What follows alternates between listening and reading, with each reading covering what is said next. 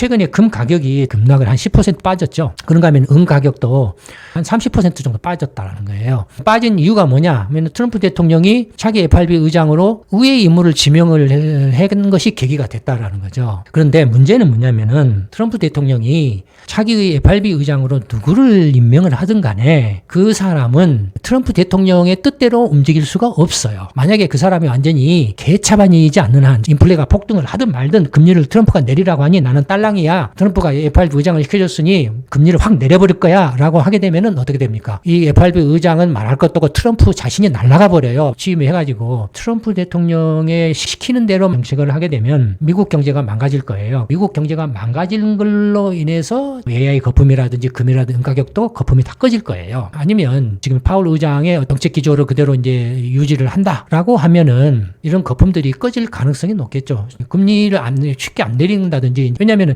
이걸 방치하면은 걷잡을 수 없는 제2의 금융위기로 확산될 가능성이 높기 때문에 그래요.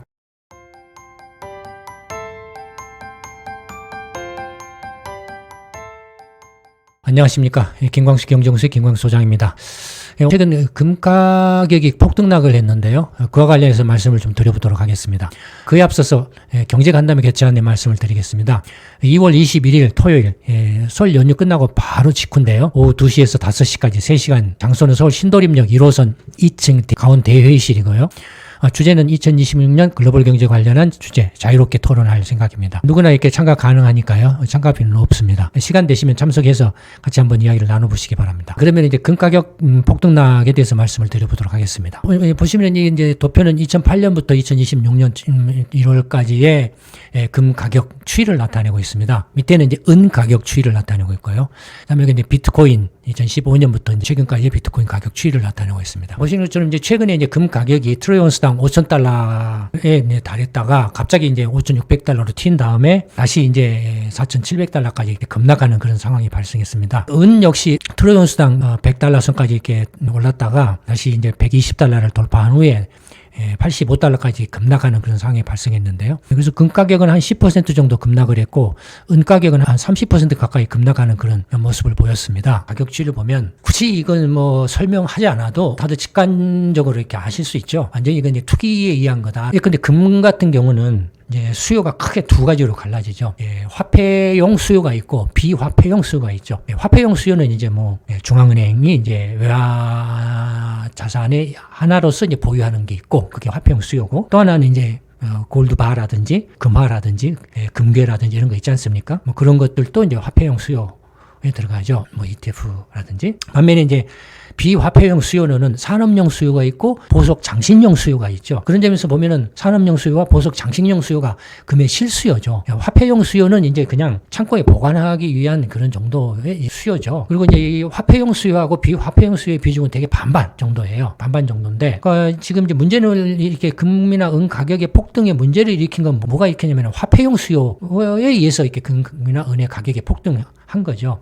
비화폐용 수요가 폭등을 야기한 건 아니죠. 오히려 지금 이때 금이나 은 가격이 급등을 해가지고 비화폐용 수요가 많이 위축이 됐어요. 그런 상황에서 2024년부터 다시 금값이나 은값이 폭등을 하니까 어떻게 했습니까? 이거 가지고 예를 들어서 반도체에서 금을 소재로 쓸 수 있을 것 같아요. 또는 치과에서 금 크라운 같은 걸 쓸 수 있나요? 값이 어마어마하게 비싸져 버리는 몇백만 원 줘야 크라운을 씌울까 말까 할 정도인데 못하죠. 그러니까 금 가격이 폭등함으로 인해서 벌어진 현상은 금이나 은의 실수요가 사라져 버린 거예요. 실수요가 사라져 버리고 남은 것은 화폐용 수요로서의 투기적 수요가 남은 거죠. 근데 이제 최근에 금 가격이 급락을 한 10% 빠졌죠. 그런가 하면 은 가격도 한 30% 정도 빠졌다는 거예요. 빠진 이유가 뭐냐 하면 트럼프 대통령이 차기 FRB 의장으로 의회 인물을 지명을 한 것이 계기가 됐다라는 거죠. 케빈 오시라는 사람을 이제 차기 FRB 의장으로 지명을 했는데 이 사람이 이제 막 일종의 이제 원칙주의자, 매파, 비둘기파는 이제 유들유들하다 이럴 수도 있고 저럴 수도 있고 많은 그런지만은 이제 매파는 이제 딱 원리 원칙대로 하는 뭐 그런 입장을 가진 걸 이제 매파라고 하잖아요. 그러니까 이 사람이 이제 그렇다라는 거예요. 그래서 의회 인물이었다라는 거예요. 그래서 트럼프 대통령이 금리를 내려라 대폭 내리라 그리고 그런 그런 사람을 FRB 의장으로 임명을 할 거라고 생각을 하고 금값이나 이렇게 은값이 그걸 예상을 하고서 막 튀었는데 투기적으로 뭐 5,000달러에서 뭐 5,200달러, 5,500, 600달러 돼도 막 사는 사람이 있었는데 뚜껑을 열어놓고 보니까 원리 원칙을 고수하는 사람을 이렇게 임명을 해가지고 쇼크를 받았다라는 거예요. 그래서 이 사람이 이제 예전부터 뭐 통화량 양적 확대책에 대해서도 이제 좀 비판적이고 인플레에 대해서도 아주 강경한 입장을 이렇게 취하는 그런 사람이었다라는 거예요. 그래서 그 쇼크로 이제 금값이나 은값이 급락을 했다라는 겁니다. 근데 급락을 했다라고 하더라도 이게 5,000달러까지 올랐다는 거, 2,000달러에서 5,000달러까지 올랐다는 그 자체, 또 이렇게 20달러에서 100달러까지 올랐다는 그 자체, 그리고 2년 사이에 이렇게 올랐다는 그 자체가 이미 2024년부터 완전한 투기판이라는 거예요. 금, 은, 그다음에 가상화폐 시장, 주식 시장이 완전히 투기판이라는 거예요. 이른바 이제 AI 주가도 주식 가격도 2024년부터 엔비디아를 중심으로 폭등을 했잖아요. 똑같은 상황이라는 현상이라는 거예요. 완전 투전판화 됐다라는 거죠, 지금. 그래서 이제 이 사람을 FRB 의장으로 임명을 하는 것이 이제 충격이어서 은값이 좀 이제 급락을 했다라는 건데, 그런데 문제는 뭐냐면은 트럼프 대통령이 차기 FRB 의장으로 누구를 임명을 하든 간에 그 사람은 트럼프 대통령의 뜻대로 움직일 수가 없어요. 만약에 그 사람이 완전히 개차반이지 않는 한, 지금 현재 FRB에 트럼프 대통령이 임명한 이사 2명이 있잖아요. 그래서 완전히 딸랑이 지수로 이렇게 금융정책 회의할 때마다 금리 인하를 주장하는 쪽에 표를 던진 그런 딸랑이 2명이 있잖아요. 그런 완전히 그 개차반인 사람이지 않는 한은 트럼프 대통령의 말을 절대 따를 수가 없어요. 왜냐하면 트럼프 대통령이 미국 경제가 어떤지를 모르거든요.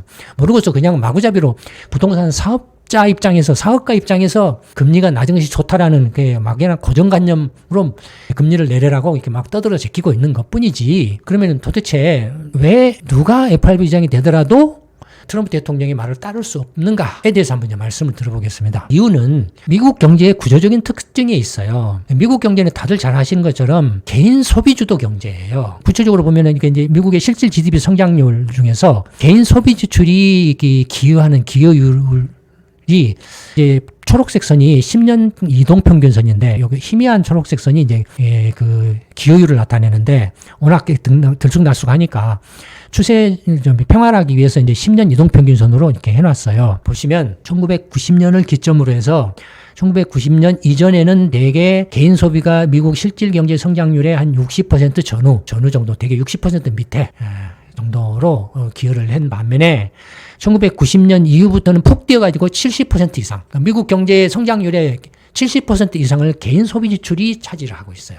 그러니까 개인 소비가 망가져버리면 미국 경제도 망가져버려요. 미국 경제의 가장 구조적인 특징이 그거예요. 그러면 미국 경제가 안 망가지려면 개인 소비가 원활하게 이루어져야 돼요. 개인 소비의 그가 원활하게 이루어지는데 가장 치명타가 되는 것은 뭡니까? 인플레죠. 그렇죠. 물가가 폭등을 하면 당연히 개인 소비 치명타가 되죠. 또 하나는 뭡니까? 개인이 소비를 하려면, 소비를 원활하게 해서 미국 경제가 완전적으로 성장을 하려면은 첫째는 물가 안정이 돼야 되는 거예요. 두 번째는 소득이 있어야 되죠. 소득이 대부분은 뭡니까? 임금 소득이잖아요. 70% 이상이 임금 소득이에요. 그러면은 임금 소득은 고용이자 일자리잖아요. 근데 미국 경제의 일자리는 어디서 발생하냐면 대부분이 서비스업에서 발생을 해요. 전체 취업자 중에서 서비스업과 제조업의 제조업이 차지하는 일자리 비중 나타내고 있어요. 물론 그 외에 예컨대 건설업, 광업, 유틸리티업이 있어요. 그러나 그거는 거의 0%, 0.1%, 1% 미만, 이렇게 그 정도밖에 안 돼요. 거의 이제 서비스업하고 제조업이 거의 대부분이라고 보면 됩니다. 보시면은 이제 서비스업이 전체 일자리에서 차지하는 비중이 1950년에는 60%를 살짝 넘었어요.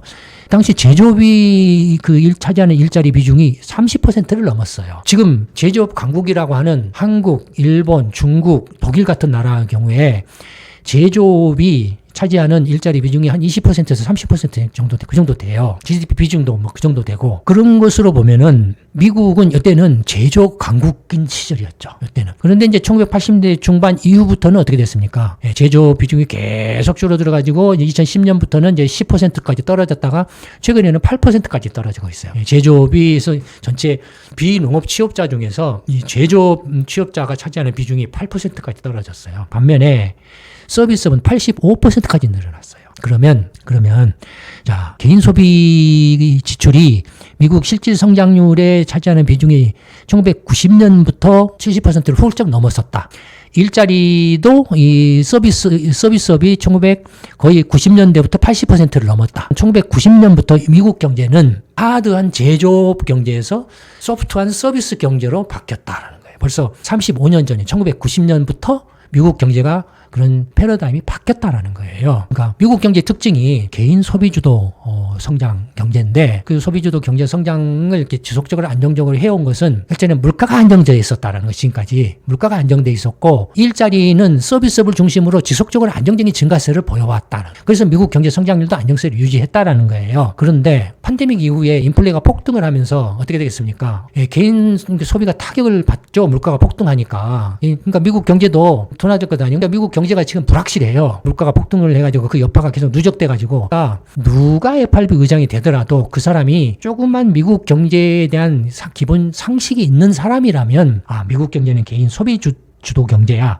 그렇기 때문에 개인 소비를 안정적으로 유지하려면은 인플레를 절대적으로 억제를 해야 돼. 이게 최우선 과제야. 트럼프가 금리를 내리라고 뭐라고 백날 떠들어 봐야 인플레 물가 안정을 이렇게 시키는 것이 최우선이야. 라고 생각을 할 수밖에 없다라는 거예요. 뭐 개차반이 와서 정말로 개 난장판을 벌리는 식으로 인플레가 폭등을 하든 말든 금리를 트럼프가 내리라고 하니 나는 딸랑이야. 트럼프가 FRB 의장을 시켜줬으니 금리를 확 내려버릴 거야. 라고 하게 되면은 어떻게 됩니까? 이 FRB 의장은 말할 것도 없고 트럼프 자신이 날아가 버려요. 왜냐하면 미국 경제가 폭망하니까. 개인 소비가 완전히 치명타를 받아가지고 미국 경제가 폭망을 해버리면 트럼프가 온전히 버틸 수 있겠습니까? 탄핵당하죠. 자기 자신이 그렇게 말했잖아요. 탄핵당하죠. 그렇죠? 그러니까 누구를 FRB 의장으로 임명하더라도 그 사람이 조금만 미국 경제의 구조적인 특징에 대해서 이해가 있는 사람이라면 그 사람은 필연적으로 물가 안정을 최우선으로 하지 않을 수 없다라는 거예요. 트럼프가 아무리 금리를 내려라 하고 한들 물가가 만약에 이렇게 인플레가 억제가 안 되면은 인플레 억제를 위해서 금리를 내릴 수 없다. 그는 못 내린다라는 거예요. 그런 구조적인 특징을 갖고 있는 경제라는 거예요. 그러니 트럼프 대통령이 얼마나 무지막지하냐는 거예요. 얼마나 무식하냐 이거예요. 말하기는 이 사람 부동산 사업가에 그냥 그런 생각으로 하는 거예요. 아니 지금 미국 집값도 안 오르고 이렇게 지금 건설 경기도 안 좋아가지고 일자리도 지금 못 만들고 있는데 실업도 좀 조금씩 늘어나고 있는데 이게 말이 되냐? 빨리 금리를 확 내려야지 건설 경기도 살리고 그래서 고용도 좀 늘리고 할 거 아니냐라고 이렇게 말도 안 되는 소리를 한다 이거예요. 근데 말씀드린 것처럼 미국의 일자리의 85%는 서비스업에서 만들어져요. 건설업에서 이렇게 만들어지는 일자리는 1% 정도밖에 안 돼요. 지금 여기서도 85%하고 8% 합치면 93%나 되잖아요. 여기다가 농업을 더하면은 거의 대부분이에요. 그러니까 건설업이나 광업이나 무슨 유틸리티업이 일자리 창출에 뭐 기여를 한다? 만약에 FRB가 건설업의 일자리 창출을 목표로 해가지고 금융정책을 하면은 미국 경제를 말아먹어요. FRB의 일자리 고용 안정을 위해서 금융정책의 초점은 어디에 맞춰야 돼요? 서비스업의 일자리에 맞춰야 돼요. 그렇지 않습니까? 상식적으로. 그러니 트럼프 대통령이 그 건설 경기가 나빠서 이렇게 주택 건설이 지금 침체하고 있는 그것도 엉터리예요. 왜냐하면 지금 미국의 주택 그 건설 그 헛수는 평균적인 수준을 계속 유지하고 있어요. 문제는 뭐냐면 2020년과 21년 2년 동안에 미국의 집값이 어마어마하게 폭등을 했어요. 그때 주택당 그 30만 불에서 50만 불로 거의 어마어마하게 폭등을 했어요. 집값이 그 2년 사이에. 그러니까 물론 그때는 이제 뭐 재료금리도 있었고 뭐 그냥 팬데믹이 있었기 때문에 뭐 주택 수요도 좀 늘어났고 뭐 그런 것도 있었지만 그럼에도 불구하고 이것은 상상을 초월하는 집값 폭등이었어요. 그러다 보니까 2022년에 FRB가 금리를 확 올렸잖아요. 인플레 억제한다고. 했는데도 주택 건설은 이렇게 거의 평균 수준을 유지를 하고 집값이 안 떨어졌어요. 그 고점에서 그냥 그 상태를 유지를 한 거예요. 2024년에는 다시 금리를 FRB가 내렸잖아요. 내렸는데 집값은 그대로 유지를 하고 주택 건설 호수도 그냥 평균 그대로 유지를 하고 있어요. 그러니까 금리적 움직임에 반응을 안 해요. 반응을 안 하는 이유는 뭐냐면은 이전 동영상에서 제가 설명을 다 이미 해드렸습니다만 2020년과 2021년에 미국의 집값이 너무 뛰어버려가지고 너무 올라가지고 미국 가게들이나 미국 젊은이들이 집을 지금 50만 달러의 집을 사기가 힘들어요. 한국 돈으로 치면은 평균 한 7억 5천만 원, 8억 정도 되는 집값이죠. 너무 사기가 힘들어요. 한국도 이제 서울이나 좀 비싸지. 서울을 벗어나면은 아파트 가격이 그 정도 뭐 가는 아파트는 그렇게 많지 않잖아요. 예. 지방 같은 같은 데는 더더욱 말할 것도 없고 그렇잖아요. 그러니까 미국 전국이 평균적으로 집값이 한 한국 돈으로 8억 정도 한다라는 게 말이 되냐 이거예요. 그러니 그걸 누가 사겠느냐 이게 그 비싼 값에 집을 누가 사겠느냐 이거예요. 그러니까 집을 못 사니까 신규주택보다는 중고주택 값이 저렴한 중고주택으로 몰리는 거예요. 그래서 중고주택 가격도 올라가지고 비싼 거예요. 그런 상황인데 그러니까 그런 그 미국 경제 상황을 이해를 못하니까 트럼프 대통령이라는 사람이 막연히 자기 부동산 사업자로서 금리 내리면은 건설 경기에서 좀 좋아지고 그래서 그 일자리도 늘어나고 그런 이른바 건설업체에 있는 사람들이 이제 레파토리죠. 상투적인 레파토리죠. 그런데 미국 경제 구조는 일자리는 85%가 서비스업에서 일어나고 8%가 제조업이고 그렇다 이거예요. 나머지가 한 5% 정도, 3, 4%가 계절 노동을 포함한 농업에서 일자리 있고 그렇다 이거예요. 그러니 정말로 조그만 미국 경제의 구조적인 특징에 대해서 이해가 있는 사람이라면은 누가 FRB 의장이 된다고 하더라도 인플레 안정, 물가 안정을 최우선으로 한 금융 정책을 할 수밖에 없고 서비스업을 중심으로 한 고용 안정 금융 정책을 할 수밖에 없다는 거예요. 제조업이나 건설업 중심의 일자리 창출을 거기에 목표를 두고서 금융 정책을 하면 미국 경제를 말아먹어 버려요. 그러니까 그런 점에서 보면은 트럼프 정책이 관세 압박하면서 한국이나 일본이나 유럽연합에 뭐 3,500억 달러, 뭐 5,500억 달러, 6,500억 달러 미국의 제조업 뭐 경쟁력 강화를 해서 안정적인 공급망 확보를 해서 미국에 투자를 해라고 이렇게 압박을 가하고 있죠. 그게 똥볼 차는 거라는 걸 여실히 알 수 있죠. 지금 드린 말씀으로. 미국 경제는 제조업 경제가 아니에요. 개인 소비 중심의 경제이고 그 개인 소비의 원천은 안정적인 물가와 서비스업에서의 안정적인 일자리 창출을 통한 소득 증대예요. 그런 거기 때문에 한국이나 일본이나 유럽연합이 미국에다가 첨단 제조업 중심의 투자. 제가 볼 때는 이렇게 조심해야 돼요. 그런 쪽에 투자할 때. 미국이 경제 구조나 산업 구조가 이미 이 하드한 제조업 중심의 산업 구조가 아니에요. 그렇기 때문에 자칫했다가는, 잘못했다가는 말아먹어 버릴 수 있어요. 조심해야 돼요. 트럼프 대통령이 그런 식으로 이제 투자 유치를 강제한 것도 그렇게 한다고 해서 미국의 제조업 경쟁이 강화되느냐? 다시 제조업에서 일자리가 확 늘어나고 그래서 미국이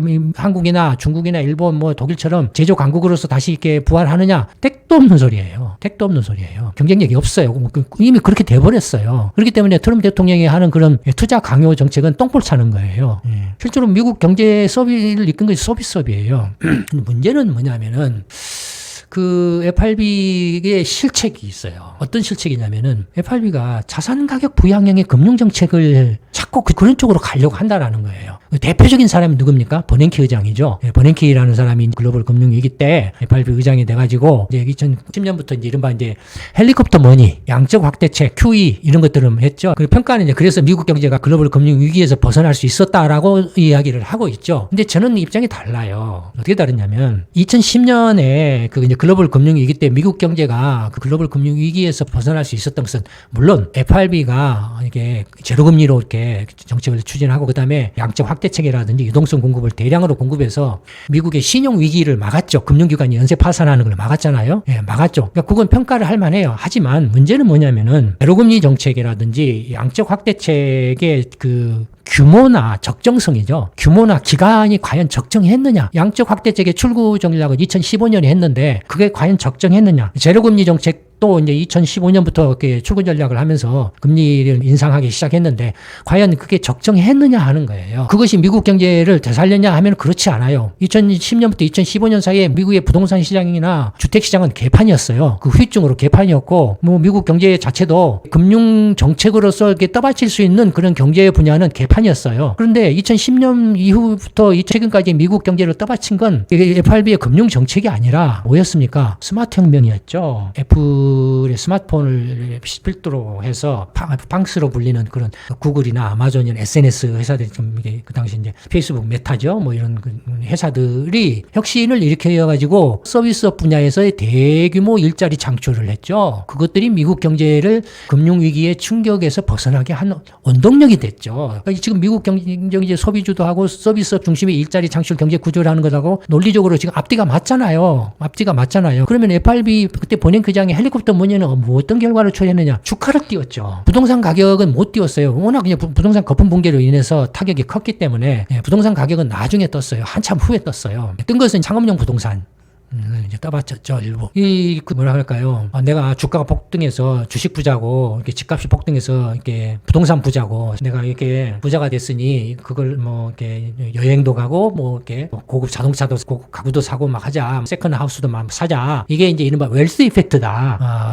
자산 효과다. 하는 식으로 이제 버냉키 의장이 주장을 했죠. 근데 그래서 이제 그것이 미국 경제를 회생시켰다. 글로벌 금융위에서 이렇게 벗어나게 하는데, 그렇게 결정적인 역할을 했다라고 주장을 하지만 제가 보기에는 볼 때는 그게 아니고 그런 거라면 부동산도 빨리 회복이 됐어야 되고 주택시장도 회복이 됐어야 되고 이 다른 분야도 회복이 됐어야 되죠. 미국 경제 회복을 이렇게 이끈 것은 스마트 혁명이었어요. 미국 경제 회복을 이끈 것은. 그다음에 2020년 이후에 팬데믹 충격 이후에 미국 경제의 또 회복을 반등을 이끈 것은 AI 혁명이죠. 근데 그런 것들이 결과적으로는 FRB가 미국 경제의 구조적인 특징에 초점을 맞춰서 금융 정책을 하지 않고 자산 가격을 부양하는 주가도 주식이든지 부동산이든지 이런 자산 가격을 부양하는 데 초점을 맞춘 금융 정책을 하게 되면 결과적으로 이런 게 투기 거품을 야기할 수밖에 없게 된다. 이게 필연적으로. 이러한 투기 거품도 결과적으로는 2010년 때부터 시작된 그 버냉키 의장의 헬리콥터 머니에서부터 계속 누적되고 그다음 팬데믹 때 천문학적으로 쏟아부은 그 유동성 들이 누적되어 온 것 결과로서 지금 이런 투기 폭등이 발생한 거죠. 결과로서 글로벌 금융위기 이른바 서프라임 론 사태도 마찬가지죠. 2000 초반에 닷컴 버블하고 9.11 테러를 해가지고 미국 경제가 이제 심리적으로 충격을 받으니까 FRB가 그냥 굉장히 초저금리 정책과 완화 정책을 했죠. 그러니까 이제 그것에 힘입어가지고 2005년, 이렇게 2001년부터 쭉 금리 내려가지고 2003년부터 5년까지 초저금리 정책을 했죠. 그래서 이제 주가가 폭등을 하고 집값도 폭등을 하고 막 난리가 나니까 당시에 이제 그린스펀 의장이 2005년부터 금리를 막 가파르게 올리기 시작했죠. 깜짝 놀래가지고. 그런데도 불구하고 주가나 집값이 계속 폭등을 하니까 이해 불가 수수께끼다 커난드럼이다 뭐 이렇게 이런 식으로 말도 하기도 했잖아요. 자기가 해놓고도 자기가 이해를 못한 그래서 꼴이 된 거죠. 결과적으로 이렇게 서프라임론 사태나 글로벌 금융 위기는 그걸 초래한 것은 FRB의 금융 정책의 실패죠. 금융 완화의 어떤 적정 규모나 적정 기간, 타이밍을 잘못했기 때문에 일어난 거죠. 그다음에 그 규제 정책을 잘못한 거죠. 1999년에 미국이 그 금융 그 사전 규제에서 사후 관리로 전환을 했죠. 전에는 스티글 글래스법이라고 해가지고 모든 금융기관들이 포지티브 규제 방식이라고 해야 되나요? 이것만 가능해. 다른 건 하면 안 돼. 그게 됐다가 네거티브 방식으로 전환한 거예요. 이거 빼놓고는 다 가능해. 뭐 이런 식으로 바뀐 거예요. 그 다음에 사전 규제를 없애버리고 사후에 문제가 생기면 그것만 조금 관리를 할 거야. 글래스 스티글법이라는 금융기관 사전 규제법이 GLB법이라고 해가지고 사후 관리법으로 바뀌어버린 거예요. 그래서 맘대로 해. 그러니까 이제 은행들이 맘대로 해버린 거예요. 그래서 이제 신용이 없는 길거리 노숙자한테도 대출을 해줘버리고 이른바 가짜 기업 SPC라고 불리는 페이퍼 컴퍼니를 만들어가지고 회계 장부를 이제 조작한 거죠. 왜냐하면 이제 대차 대조표상에는 안 올라오니까 페이퍼 컴퍼니는 대차 대조표상 장부 밖에 있는 연속임을 하는 거예요. 이런 식으로 이제 그 FRB라든지 이런 데가 미국의 이제 정부의 금융 정책이 잘못돼가지고 결과적으로 그것이 이제 주가 거품, 부동산 거품을 야기시켜서 서프라임 론 사태를 발생시키고 글로벌 금융위기를 일으킨 원인자가 된 거죠. 그렇죠. 마찬가지로 똑같이 2023년부터 엔비디아를 중심으로 한 이제 AI 거품, 그다음에 금가 폭등, 은 가격 폭등. 아까 금이나 은은 뭐습니까? 실수요가 지금 다 죽어가고 없다 그랬죠. 산업용 수요라든지 보석용 수요가 지금 제로 상태, 거의 제로예요. 없어요. 미쳤다고 누가 이 가격으로 이렇게 금이나 은을 소재해가지고 물건 만들고 보석 장신을 하고 다니겠습니까? 없어요. 전부 이게 그냥 투기예요. 그냥 AI 거품도 마찬가지고 비트코인도 마찬가지고 제일 먼저 꺼지고 있는 게 이제 비트코인이죠. 그러니까 이제 글로벌 금융 위기가 딱 터져가지고 이제 아이고 또 이게 잘못됐다. 해가지고 이제 또 바꿨잖아요. 규제를 강화하자라고 바꿨잖아요. 그러니까 그걸 또 이제 지금 해제를 한다라고 이렇게 말이 나오고 있죠. 너무 또 규제가 강화됐다. 좀 완화를 해야 된다라고 이렇게 주장을 하고 있죠. 과거의 어떤 시행착오를 여전히 또 되풀이를 하려고 하는 것 같아요. 근데 어쨌든 간에 이른바 이제 부동산 사업자로서의 트럼프 대통령이라는 사람은 내가 자산 부자다. 부동산 부자다라는 거예요. 그러니 금융 정책도 부동산 가격을 부양해. 내 패밀리가 비트코인이나 이렇게 가상화폐 사업을 하고 있어. 그러니 그걸 떠받치려면 금융 완화를 해줘야 돼. 그다음에 달러를 이렇게 뭔가 이렇게 좀 이렇게 힘을 빼야 돼. 그래야 내 패밀리 비트코인 사업이나 뭐 이렇게 가상화폐 사업이 돈을 벌어. 뭐 그런 식의 생각입니다.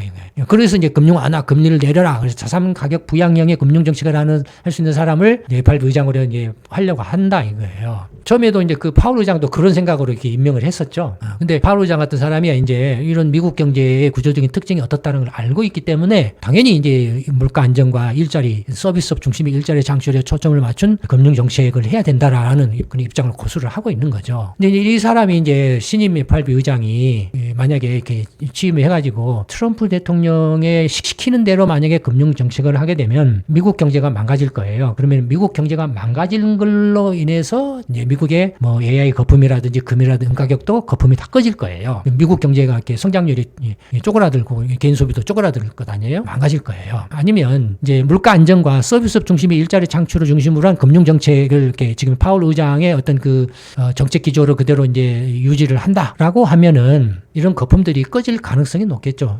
금리를 쉽게 안 내린다든지 금융 완화를 쉽게 안 할 거라는 거죠. 그다음에 만약에 신임 의장 이 사람이 케빈 오시라는 사람이 지금 그 AI 빅테크들의 주가라든지 금 가격이나 은 가격을 이렇게 폭등한 것을 조금만 의식을 한다라면 이 사람이 성향이 매파라고 했으니까 당연히 이거에 대해서는 부정적인 견해를 갖고 있을 거라고요. 이런 것에 대해서 당연히 견제를 하려고 하는 그런 행태를 보일 거라고요. 당연히. 왜냐하면 이걸 방치하면은 걷잡을 수 없는 제2의 금융위기로 확산될 가능성이 높기 때문에 그래요. 아까 말씀드린 것처럼. 근데 이제 최근에는 이 금이나 은이나 이렇게 AI 빅테크들의 주가 거품이나 비트코인의 가격 폭등의 이 투기 거품의 주범이 누구냐면은 이미 말씀드렸죠.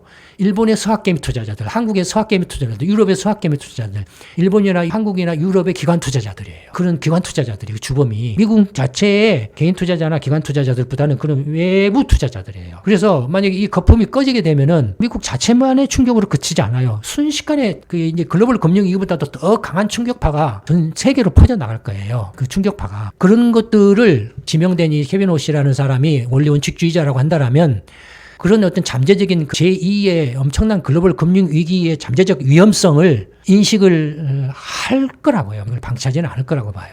지금 파월 의장 같은 사람도 임기가 얼마 남지 않았기 때문에 뭐 이렇게 뭐라고 이렇게 말하기는 힘들지만 FRB 내부적으로도 제2의 글로벌 금융 위기로가 될 그 잠재적인 위험 요소로 인식을 하고 있을 거라고 봐요, 저는.